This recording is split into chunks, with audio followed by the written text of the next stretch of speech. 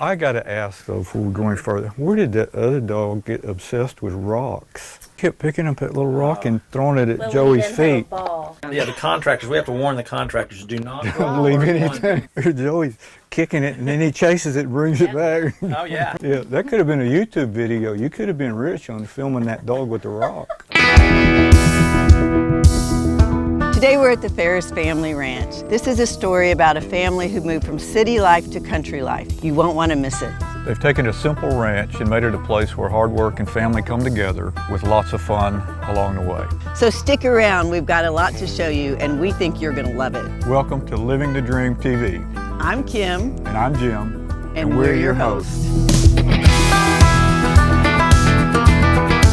Welcome to Living the Dream TV, a lifestyle show dedicated to highlighting the journeys of people that are truly living the dream. Today we are out visiting with ET and Lisa Ferris at their beautiful 325-acre ranch in Gatesville, Texas. So tell us about remodeling the farmhouse, all the changes you made to it, how long the process took, that kind of thing. It took about 6 months total. The house was originally built in 1906 by a German family. We've collected lots of stuff from the property. There were, 35 buildings originally, a full Blacksmith shop, lots of metal we found, and glass. I don't know why, but lots of broken glass everywhere underneath trees and have come up. 6 months it took to remodel. We lived in the barn for 6 months, which was kind of hard, but it worked well. We were on site to watch it. It just was really pretty easy because ET knows so much about building and how things are supposed to be done, so I relied on him a lot for that. Well, it was exciting to watch the changes. We wanted to keep the house as true to what it was when we bought it. We did have to make some major changes to the outside, so we went from a clapboard outsid to a rock, but inside we've left a lot of the original walls where they were. So it started out, how many square feet was it? It started out as like 2,000 square feet? 2,200 square feet. Yes. So how much did you add on as you built We on? added about 600 square feet total. Yeah, just a whole kitchen size, really. Yeah. So you kind of removed the kitchen and gutted it up. Right. It's really incredible. I mean, it was really cute when you bought it, but It was, now yeah. it's just... But it's very livable now, very open for family. We love to have lots of family friends come out. ET designed the kitchen pretty much himself, which he can design and I can decorate, so it works well. And you're so good at Teamwork. it. And there's so many Teamwork. stories. There's a story behind every room, it seems like. Well, we try. It means more. Yeah. To me, it's interesting, I guess. I enjoy it. I like it. I hope the people we have that come with us enjoy it too.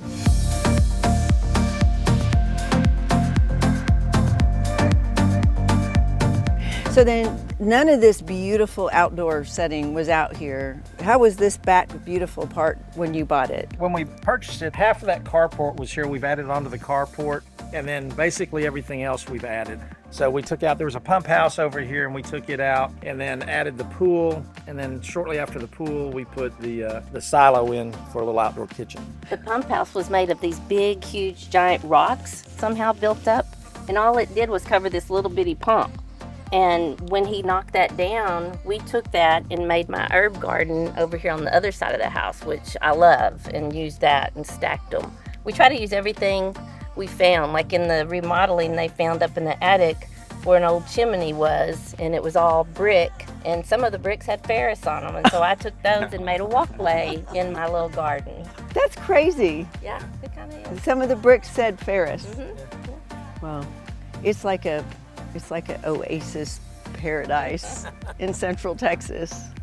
I love it. You've done a great job. We love it too. So that tree house, basically, I could probably live in that tree house. Tell us the story about how that all came about and the challenges in actually getting it built. Well, so initially, Charlie just said she wanted a tree house. And so I'm thinking a couple of old pallets and some plywood. And then Lisa and Charlie started watching that show that has the tree houses that people live in. And so we went from a very small, minor project to something that I had no idea how to do. But we watched the show together several times, and we kind of looked and saw how they were doing them. And we just kind of replicated a very small version of what they were doing. Well, and because the trees that we had to put it between, because his design got bigger, the trees weren't enough, so he actually went up to the top and got a giant or two big stumps and actually helped brace the back part of it. The kids have slept in there, and then we had family from the reunion slept in It's pretty there. sweet. It's got a chandelier and It has electricity, a fan. Yeah. Yes. Yeah. Just needs running water, and they could stay in there for a long time. Yeah. Go big or go home, That's right. It's evolved.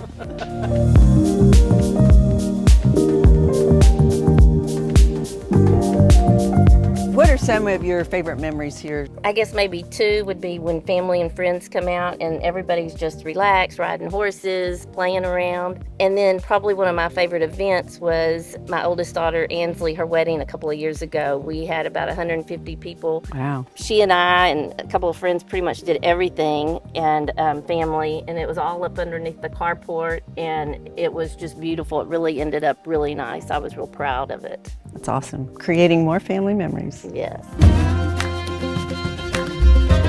So how did you guys meet? Well, I had a good friend that I went to church with that called me one day and said, hey, do you know any single guys? I've got a really, really nice lady friend of mine that's single, and I'd like to fix her up with a really nice guy. And so I had a really good friend of mine, my lifelong friend, who was single, and I told her about him and gave her his number, and Lisa and he, I think they only had a couple phone calls, and by the time everything came together, he had already met somebody, and so then a few years later, We ran into the grocery store by where we lived at HEB. That's right. And That's right. you had your big name tag on ET, and I said, "You're ET." That ET. Oh, that's I thought he was married.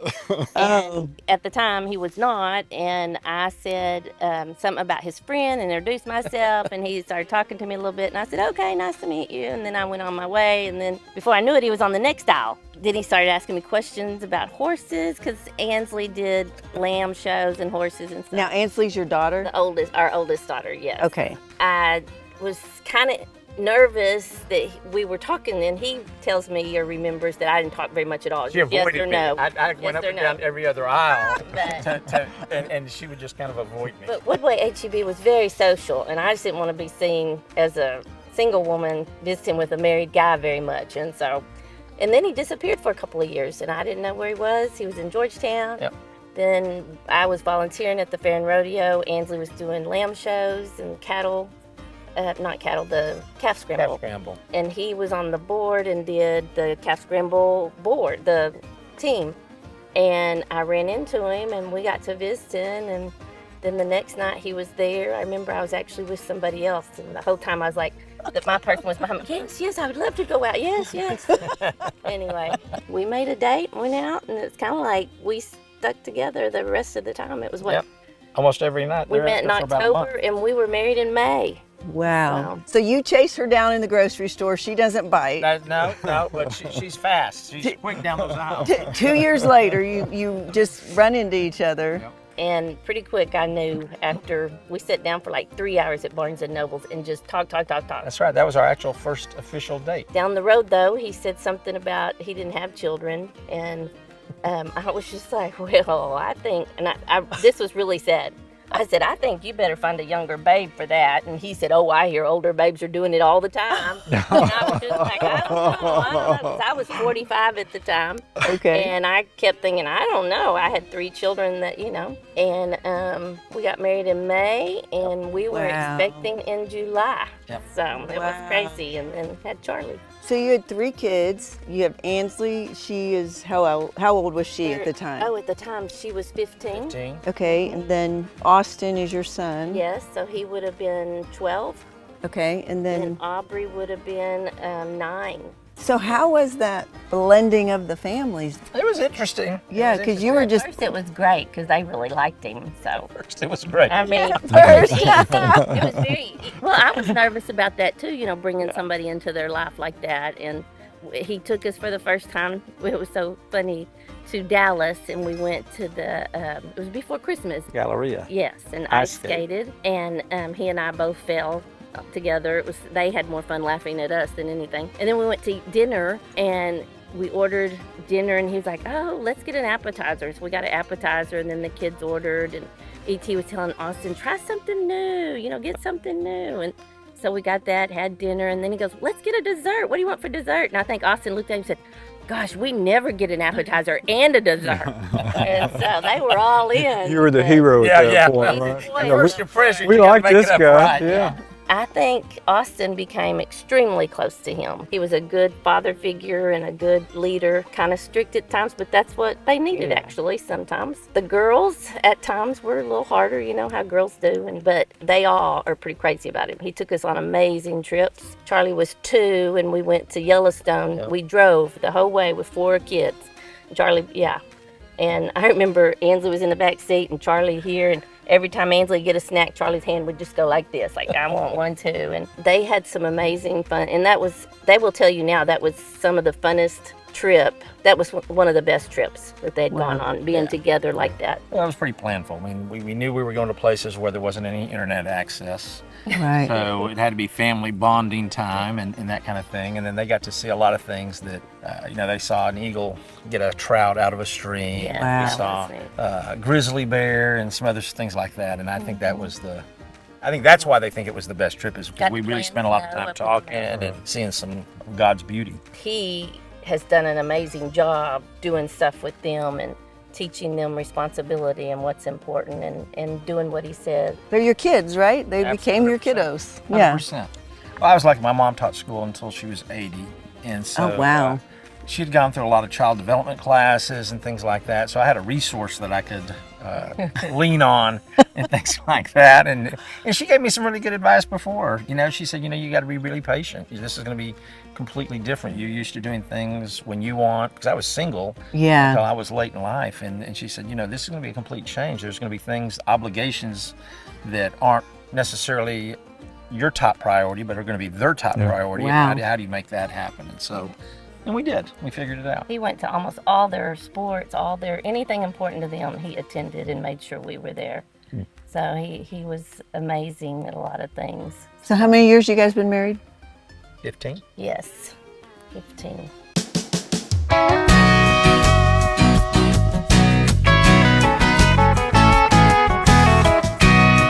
When you decided to move out here, how'd that change things? I didn't want to do anything with the kids to get them out of their routine. So Aubrey was about to graduate from Lorena, and Charlie would have been going into the 4th grade. And so I just talked to Charlie and I said, hey, this is kind of what I'd like to do. It's something I've got a passion about, but I don't want to do it if it's not good with you and Mom. And Charlie loved coming out here, but she also had a lot of good friends in Lorena. And so we had just put a pool in Lorena. She said, well, Dad, we just put this pool in and just starting to enjoy it. And I said, well, you know what? We can't do it right away, but at some point we'll try to put a pool in out there. And she's like, well, Dad, we've already got a pool. She said, would you put a slide on that pool? And I said, Charlie, if it'll take putting a slide on a pool. She's a negotiator. We'll put a slide. So, yeah, this is 4th grade. She's going into 4th grade. Yeah. I touch base with that, not all the time, but regularly, just to make sure that she's still aligned with this lifestyle. And she tells me all the time, Dad, I love it. I wouldn't want it any other way. Yeah. So.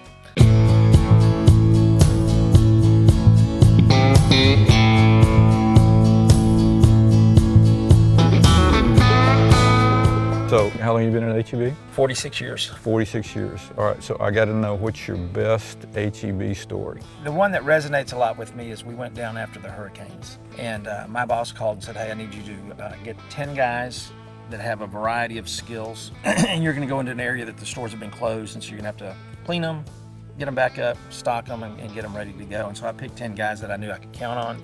And we went into, I think it was Lumberton, and it was on lockdown. And so we worked basically, 16, 17 hours a day because you couldn't do anything else. And the minute we got that store open, the people that came in were so appreciative. I mean, it was unbelievable. We went from there to the next town, and when we got in the parking lot, customers were waiting because they thought the store was going to open that day. And they saw us getting out of our trucks, and they applauded us. Wow.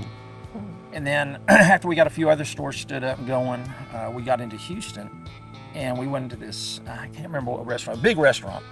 And I went to go pay the bill, and they said the bill's been taken care of. And I said, Oh, well, wow. and these people turned around, they all started clapping. And that's why I stayed with HEB for 46 years, because they do the right things. for the right reasons and don't ask for any applause. Well, that's the thing. I mean, it's an iconic brand in Texas. I mean, we have 400 locations, something like 400 Yes, sir. stores. Okay, so any strange customer requests over the years that you can share? Well, it's funny that you say that. I just recently, we've got a guy that's a retired colonel from Fort Cavazos, and he had to have, it's called a half sour pickle that I think is from Connecticut. And he called me almost daily on these, and we finally got him in. And as a result of that, I've got a really fine bottle of Ouzo because he said that's the way it worked in the Army. He needed something, somebody got That's it. right, You that's took care right. of them and back and forth. And so the phone calls that we made to get these pickles, it was hilarious. And finally the lady goes, "Who is this guy that wants these pickles?" Yeah. And I said, "He's a retired colonel." She started laughing. She goes, "My dad's military. I was telling him about this." And he said, "It's got to be some military guy." There you go. It was. Knows what he wants. Yep, There you go.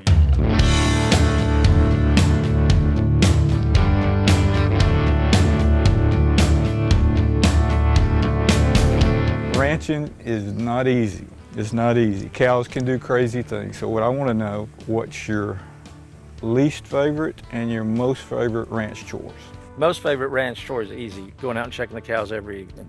Checking the cows. That is the best stress reliever. I can go out there in 15 minutes, just be completely relaxed and content. Yep. Absolutely. Least favorite? I think least favorite is we've had some hard times with a couple of calving situations. Pulling calves. That didn't turn out, and that's Yeah. hard. Yep. It's hard. That's tough. Yeah, you kind of feel for the mamas, yeah. 100%. Well, and we just saw the orphan calf over there, which is, those things happen.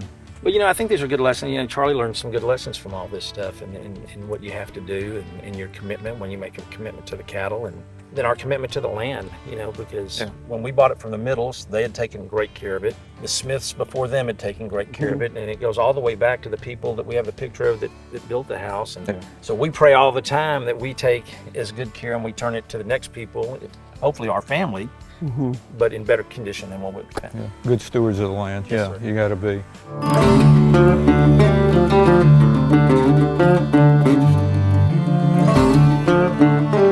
So what advice would you give to another family, similar situation?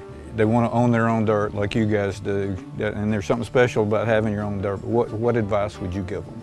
I guess it'd be prepared, because the learning curve for us has been pretty steep.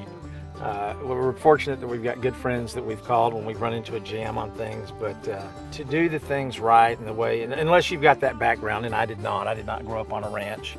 So some of the things we did, we made some mistakes. We put some cross fences in the wrong places. We sprigged some coastal and some pastures that shouldn't have had coastal, and those are some hard lessons and money wasted. But I will tell you, I don't think there's anything better. Just the other day when we went out and took that calf back out, there's those kind of things that you're not going to get that anywhere else. You're just not. I think it really grounds you. I can come home from work and be out here for a few minutes and be completely relaxed, even doing hard work. Yeah. And I think that's what it's about.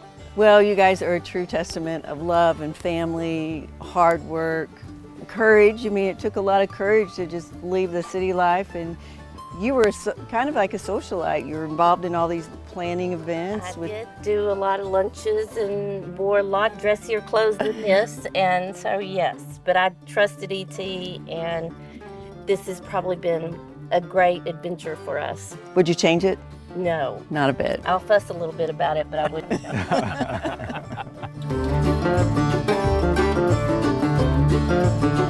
We had a great time today out here with ET and Lisa, seeing how they turned their dream into reality here at the Ferris Family Ranch. They've shown us that with a lot of courage and a lot of love, you can turn any dream into a reality. There's always more dreams out there to chase, and we're just getting started. Stay tuned for our next episode on Living the Dream TV. We're going to be visiting an iconic restaurant in Waco, Texas, and you won't believe what famous country music star frequents there often. But before we head off to our next adventure, we would love you to hit like and subscribe and share this with your friends and your family. We'll see you next time On Living the Dream TV.